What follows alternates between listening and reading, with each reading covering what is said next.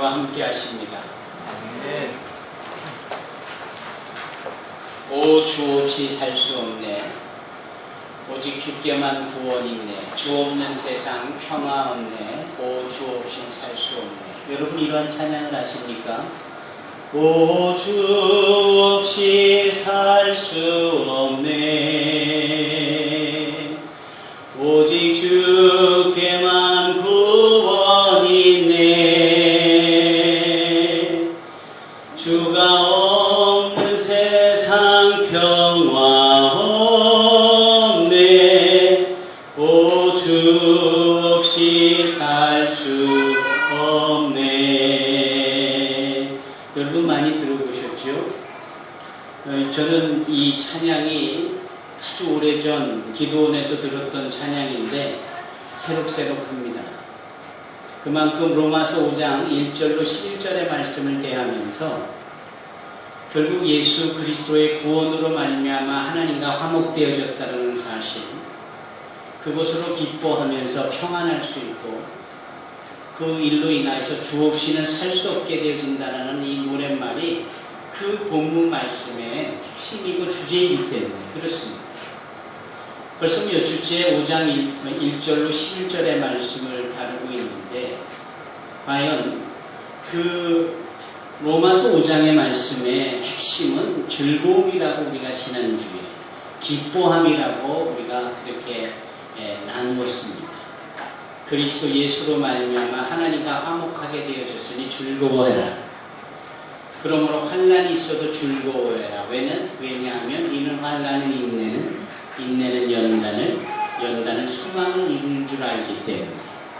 더 나아가서 우리가 아직 연약할 때에 심지어는 믿음이 없는 경건치 않은 자들을 위해서도 우리가 아직 죄인이었을 때 심지어는 우리가 아직 원수 되었을 때에도 하나님께서는 당신의 독생자 예수를 보내시어 죽게 하심으로 우리에 대한 당신의 사랑을 확증하셨기 때문에, 그러니 이 일로 인하여서 우리가 더욱더 즐거워해야 되지 않느냐라는 것이 로마서 5장 1절로 11절의 말씀이었습니다.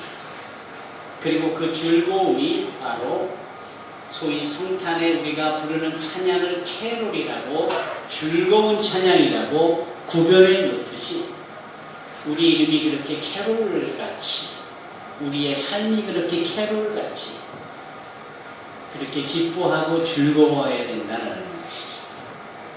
저는 개인적으로 얼마나 즐거운지 모릅니다. 왜냐하면 선물을 받았기 때문에. 선물. 제가 보여드릴 수는 없지만 저는 지금 새 신발을 신고 있습니다. 아주 비싸고 좋은 신발인데 선물을 받았습니다. 누군가 저를 끔찍이 사랑해서 조금 못해 보였는지 구두를 선물로 해줬어요. 그래서 그거를 풀어헤치고 그거를 오늘 처음 이렇게 예배 때 신는 겁니다. 얼마나 기분이 좋은지 모릅니다. 여러분 이게 말입니다. 선물을 주었을 때 받는 자의 태도라고 생각합니다. 선물을 주었는데 선물을 받는 것조차에 대한 관심도 없다. 선물이 주어졌는데도 그냥 받아놓고 아무데나 내 팽기쳐지듯 내놓고 있다면 그 선물을 준 사람의 마음이 얼마나 민망하고 얼마나 불쾌하겠습니까? 그렇잖아요.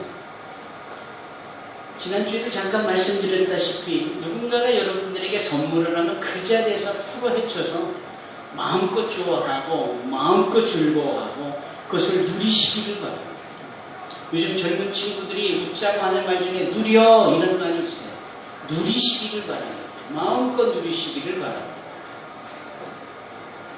이번 크리스마스 때 어떠한 선물들이 여러분들에게 주어지고 또 받게 되어질까요?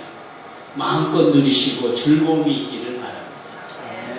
사랑하는 성도 여러분, 성탄절이라 하면 하나님께서 우리를 사랑하셔서 선물을 주신 날입니다.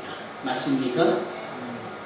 하나님이 우리에게 선물을 주신 날이 성탄절입니다. 기대가 되는 날이에요.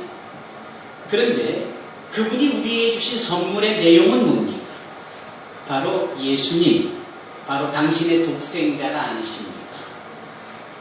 하나님이 세상을 이처럼 사랑하사 독생자를 주셨으니 누구든지 예수 믿으면 멸망하지 않고 영생을 얻으리로다. 영생을 얻으리로다. 다 아시죠? 아시면 한번 불러보십시다. 시작. 하나님이 세상을 이처럼 사랑하사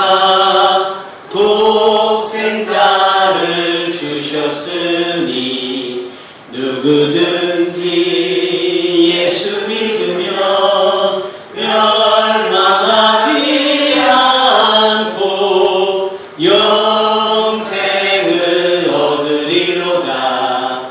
영생을 얻으리로다. 보세요. 하나님이 우리에게 당신의 독생자를 주셨습니다. 이 주신 그분의 행위가 바로 우리에게 선물을 주신 행위를 의미하는 겁니다.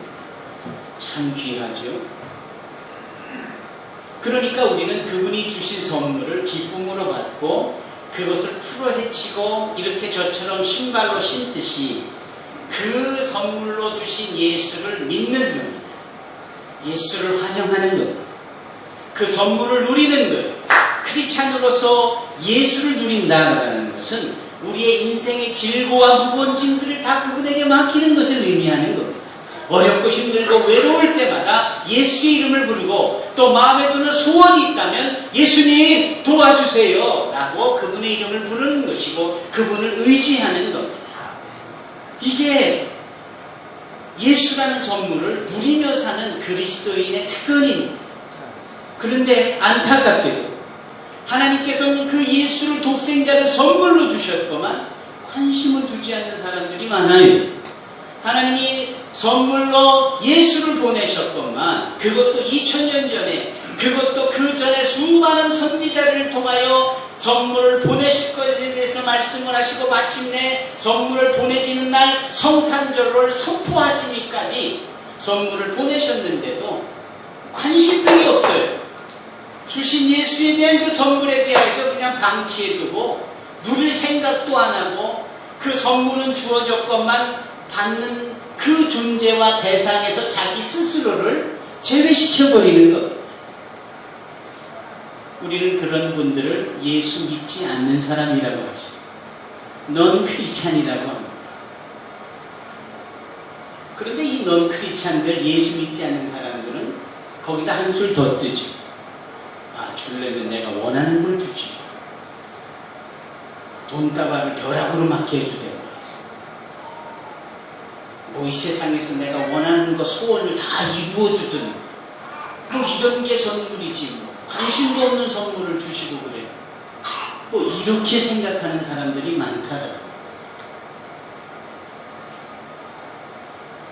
그런데 우리는 그 선물을 받은 사람들, 그 선물을 열은 사람들입니다.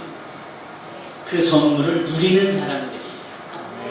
그러니 해마다 이 선물이 주어진 날을 기억하고 기념하고 함에 있어서 즐거워하는 것은 너무나도 당연한 거지. 우리는 간혹 이런 생각을 해봅니다. 하나님께서 우리를 사랑하셔서 독생자를 주셨고요. 그 독생자이신 예수께서 우리 가운데 오셔서 행하신 일은 우리와 같이 천하고 낮고 죄악 많은 이런 신분으로 살아가시다가 죄 없으시고 거룩하신 하나님이심에도 불구하고 십자가에서 모든 고통과 능욕을 다 당하시고 피를 흘리며 죽기까지 하셨다는 거죠. 왜 꼭 그렇게 하셔야만 하는가? 라는 점입니다. 물론 우리의 죄를 사함이다. 우리의 죄를 사해 주시기 위함이다. 귀에 못이 박히도록 들어서 잘 알고 있는 내용입니다. 그래서 그런 질문을 하는 거예요.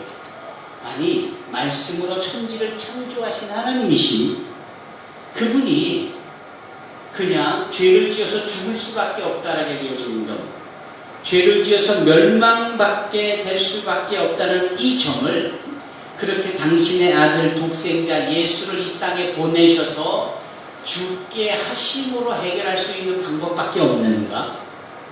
전지전능하시되 뭐든지 다 말씀으로 하신대. 그러면 죄를 지으면 반드시 죽으리라 하는 것을 그거를 다시 취소하실 수 있는 말씀을 하시면 되지.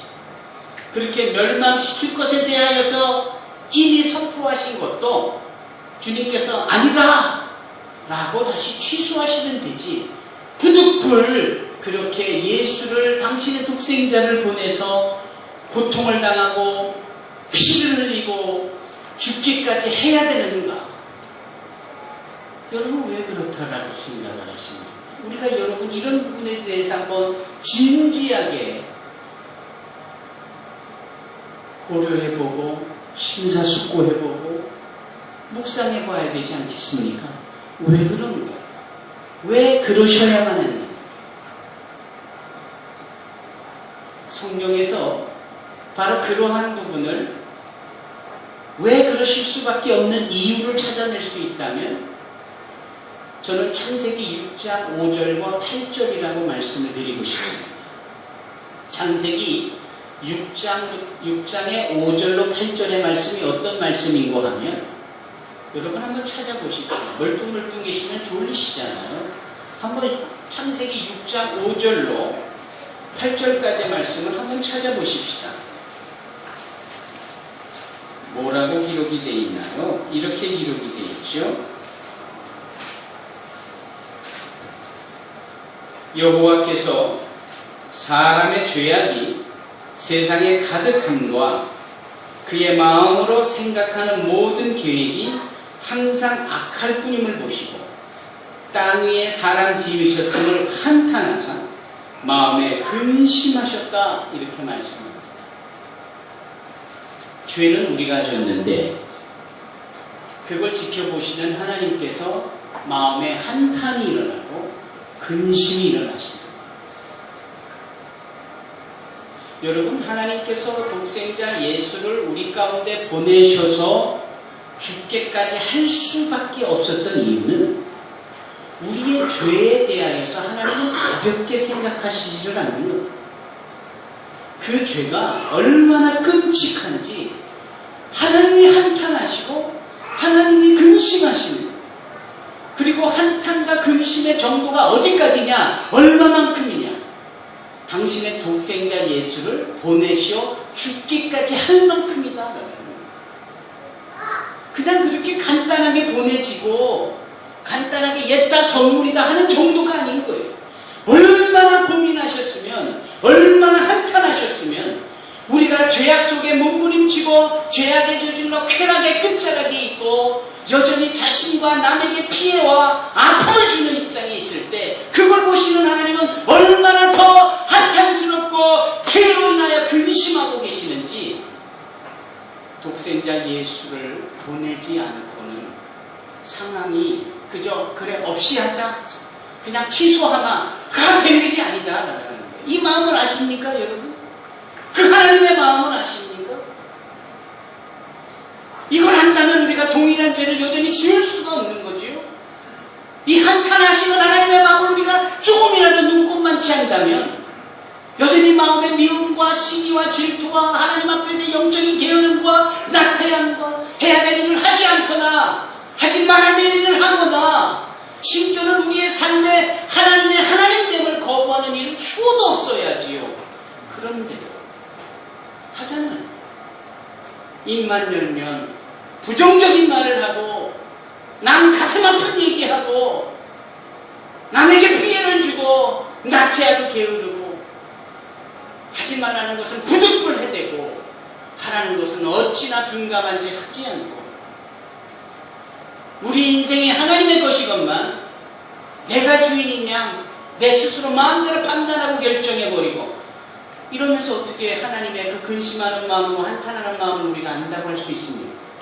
우리는 모르는 거예요. 우리는 모르는 거예요. 모르니까 그렇게 하지. 어른들이 그런 말을 하세요. 아니 인두껍을 쓰고 어떻게 그렇게 할 수 있지? 어떻게 사람의 탈을 쓰고 저렇게 끔찍한 일을 행할 수 있지? 우리가 이렇게 뻔뻔한 이 양심의 화인을 맞아서 죄로 인하여서 이런 존재가 되버리고, 그러기 때문에 하나님이 근심과 한탄 속에 당신의 독생자 예수를 그렇게 우리를 살리려고 선물로 보내도 관심 없어 하는 거예요. 예수가 보내졌고 믿지 않으려 들고 관심조차 안 두는 대부분의 사람들의 행위가 그렇다. 우리가 지난주에 컬럼에서 회개가 무엇인지에 대해서 나눴잖아요. 진정한 회개, 그것은 하나님의 마음을 동일하게 품는 겁니다. 나도, 우리도 우리가 지은 죄에 대하여서 근심하는 마음을 가져야 된다. 내가 죄를 짓고 내가 불편해서 견딜 수 없는 마음이 들어야 하는 거예요. 가슴을 치며 내가 한탄스럽다라고 하는 이 자세가 필요한 거예요. 이래야 비로소 회개가 되는 거예요. 이런 주님 앞에서의 한탄과 근심이 내게 없으면서 뭘로 회개합니까? 사랑하는 성도 여러분, 예수께서 선물로 우리 가운데 보내지어서 끔찍하게 우리를 대신하여 십자가의 고난과 피를 흘리시며 죽을 수밖에 없는 것은 그만큼 하나님의 근심과 한탄하는 마음이 크셨다는 것을 증거하는 거예요. 우리가 그것을 알아야 합니다. 그리고 그렇게 하나님께서는 당신의 독생자를 죽이면서까지 우리를 살리시려고 하는 그와 같은 일의 시작이 되는 성탄에 대하여서 알고 기뻐하고 즐거워하여야 됩니다. 이 의미를 모르면 그냥 성탄이라니까 텔레비전에서 재미있는 프로그램, 오락 프로그램을 많이 하니까 여기저기서 상업에 쩌든 이런 노래 소리와 음악 소리와 선물로 포장되어진 뭐 이런 식의 분위기에 그냥 휩싸이는 것으로 끝나버리는 거예요.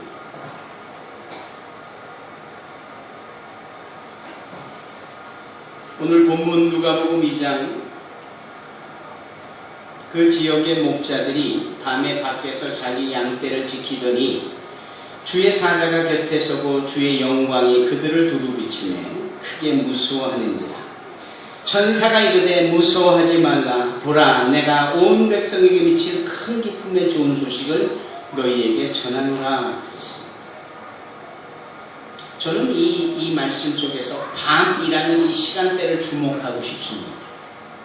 혹시 이때가 낮이면 안 될 무슨 특별한 이유가 있을까? 이때가 아침이면 안 될 상황이 있을까? 꼭 밤이어야 될 이유가 뭡니까? 별이 총총하게 빛나고 무엇보다도 동방 박사들이 그 특별하고도 희한한 별을 쫓아서 따라가야 되니까 밤이었어야 했나 보다. 저는 그렇게 생각하지 않습니다. 과거에 낮에는 구름 기둥으로 인도하신 하나님이 뭐가 아쉬워서 낮에 인도를 못해서 밤에만 인도할 수 있는 별을 예비해 놓으셨겠어요? 저는 우리 하나님이 그렇게 어느 영역에서는 할 수 있는 일이 없어서 그렇게 제한을 받으신다라고 한 번도 생각해 보지를 않습니다. 여기서 밤이라는 것은 무엇일까를 저는 곰곰이 생각하면서 이러한 저 나름대로의 깨달음을 얻었습니다. 이때가 바로 모든 사람들의 마음과 영혼의 상태를 말하는 캄캄함을 예표하는 것이 아닙니다. 그러니 그렇게 선물을 주실 것에 대한, 그렇게 그 세주에 오실 것에 대한 수많은 선지자들의 외침이 있었고 준비를 말하는 선포가 있었어도 사람들은 다 관심 없고 쿨쿨 잠이 들지 않습니까?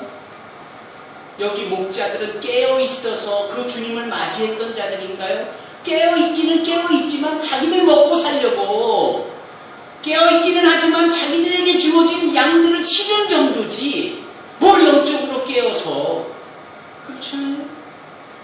그러니 장차 오실 그 주인을 신랑을 맞이하기 위해서 이 10처녀가 기다리는데 5처녀도 자고 지혜 있다라고 해서 기름을 조금 더 준비한 자녀들도 결국은 자고 있지 않아요?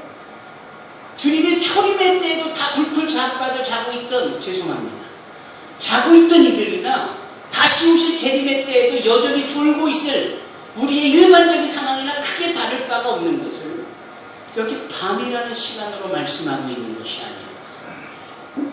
여러분, 지금이 꼭 밤과 같아요. 너무나 캄캄합니다.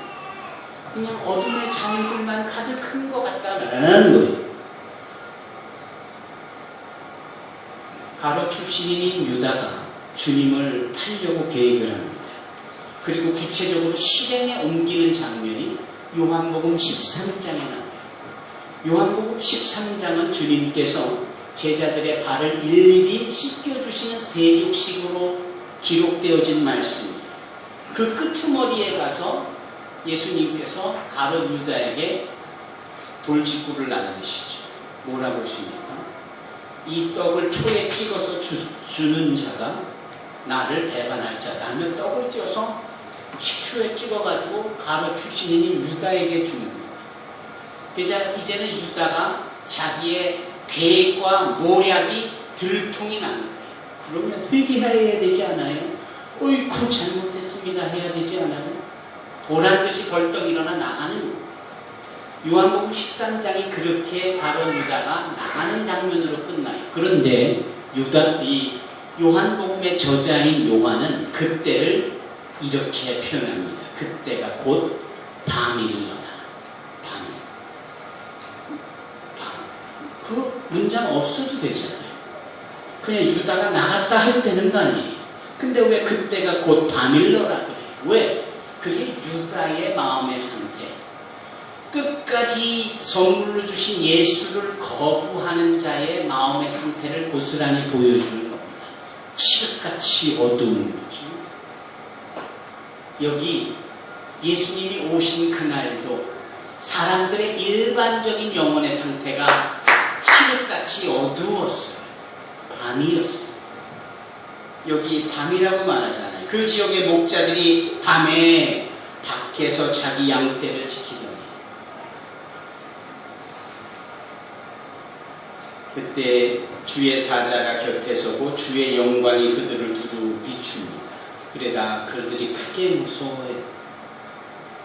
만약에 주님이 오시기를 간절히 바랬고 하나님이 선지자들을 통하여 약속하신 예수의 오심에 대하여 기대하고 기다렸다면 주의 천사의 출현과 하나님의 영광이 나타내지면 너무나도 기쁘고 환영할 만한 일이죠. 그런데 이 사람들 보세요. 두려워했대잖아요.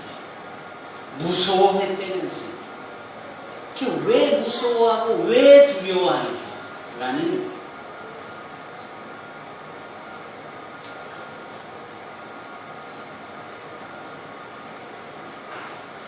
하나님께서 당신의 형상을 따라 지은 아담, 그가 혼자 독처하는 것이 좋지 못하여서 그와 함께할 배필 하와를 지어주십니다. 그리고 그들로 하여금 생명 열매를 취하고 그 기쁨이라고 여겨지는 에덴 동산에서 창조주 되시는 하나님과 더불어 영생토록 함께하기를 원하세요. 그런데 단 하나 하나님께서 네가 이 동산에 있는 모든 실과는 임의로 먹되 중앙에 있는 선악을 알게 하는 나무의 실과는 먹지 마라. 먹으면 네가 정령 죽으리라. 단 한 가지의 조건을 달지요. 그런데 보란듯이 하와가 아담과 더불어 그 선악을 알게 하는 나무의 실과를 따먹습니다. 죄를 짓지요. 하나님의 정하신 말씀대로 죽을 수밖에 없는 존재가 되는 거예요. 하나님께서 그 동산에 내려오셔서 번이시며 이렇게 아담을 부릅니다. 아담아! 아담아 네가 어디 있느냐? 그랬더니 이 아담이 그 하나님의 소리를 듣자마자 주랭나는 것입니다. 성경대로의 정확한 표현이라면 나무 뒤에 숨습니다. 그러면서 이런 말도 안 되는 이야기를 하지. 내가 무서워서, 내가 두려워서 숨었나이다. 이제 하나님이 두려운 존재가 된 겁니다. 하나님이 무서운 존재가 된 겁니다. 왜죠? 함께 기뻐하고 동행할 존재였던 그 하나님이 왜 무서워지고 왜 두려워하느냐? 죄 때문입니다. 왜 사람들이 벼락만 쳐도 놀란 가슴을 쓸어안아야 하고, 왜 혼비백산하고, 왜 그렇게 하나님의 거룩한 이름을 두려워하고 무서워하는? 죄 때문입니다. 그 죄의 형국을 밤이라 라고 누가 사도는 자기가 기록한 누가복음 오늘 본문에 그렇게 기록하고 있는 겁니다. 심지어는 부지런하고 아무것도 가지고 있지 않은, 그래서 꽤나 편해 보이는 사람인 것 같은 목자들조차도 주의 영광과 천사들의 출현을 보고 두려워하고 무서워하는 겁니다. 그런데 보십시오. 천사가 전하는 말이 뭡니까? 무서워하지 말라, 두려워하지 말라. 오늘 준호가 읽은 성경은 두려워하지 말라고 나옵니다. 저희 개역개정에는 무서워하지 말라고 나옵니다. 다 동일한 거예요. 똑같은 말입니다. 두렵고 무서운. 그런데 천사가 뭐라는 거예요? 무서워하지 말고 더 이상 두려워하지 말라. 왜냐? 그 이유를 이렇게 말합니다. 온 백성에게 미친 기쁨의 좋은 소식을 너희에게 전하노라. 할렐루야. 우리 중직들이 오늘부터 아멘을 열심히 하기로 했습니다. 근데 말뿐이었던가요? 자발적이었다. 맞아요. 자발적이죠. 제가 시킨다고 된 얘기 아니죠. 두려워하고 무서운데 이제 두려워하지 않아도 돼. 이제 무서워하지 않아도 돼. 오히려 큰 기쁨의 좋은 소식이 있어. 이제는 무조건 두려워하지 말고 기뻐할 수 있어. 라고 전해지는 게 천사의 소식이었단 말입니다. 이것이 가능할 수 있었던 것이 바로 예수라는 하나님의 선물이 우리에게 주어져서 누구든지 예수를 믿기만 하면 구원을 얻게 되었지. 누구든지 예수를 믿기만 하면 멸망치 않고 영생을 얻게 되어지기 때문입니다. 그러니 두려울 수 없고 그러니 무서워할 수 없는 거죠. 다시금 창세기 6장 5절로 8절에 돌아가 보면 수많은 사람들은 다 하나님의 근심의 대상, 다 하나님의 한탄의 대상인데 단 한 사람 노아만이 은혜를 입었더라 그래요. 저 뒤에 앉아있는 노아와 같은 이름, 노아만이 은혜를 입었더라 그래요. 그런데 그 은혜가 이제 온 백성으로 확산이 되어지는 겁니다. 모두에게 확산이 되어지는 거예요. 두려워하지 않고 무서워하지 않고 근심하지 않고 한탄하지 않은 채 은혜를 입고 기뻐할 수 있는. 사랑하는 성도 여러분, 은혜라는 단어가 기쁨이라는 단어라는 사실을 아시죠? 카리스라는 이 은혜가 결국 기쁨이라는 뜻입니다. 그래서 노아가 은혜를 입었더라라는 말은 노아가 기뻐했다라는 거예요. 그리스도 예수로 말미암아 하나님과 화목해 되는 은혜를 입었다. 이 자체가 기뻐할 수 있는 동기가 되는 거예요. 그러니 성탄이 기쁠 수밖에 없죠. 다시 한번 찬양하십시다. 하나님이 세상을 이처럼 사랑하사 독생자를 주셨으니 누구든지 예수 믿으면 멸망하지 않네 영생을 얻으리로다. 영생을 얻으리로다. 멸망치 않고 영생을 얻은 것에 대하여 확인이 되는 2014년 성탄절이 되기를 바랍니다. 예수 그리스도로 말미암아 주어진 하나님과의 화목으로 인하여 큰 즐거운 큰 기쁨, 이것을 선포하는 저와 여러분이 되기를 주님의 이름으로 축원합니다. 기도하겠습니다.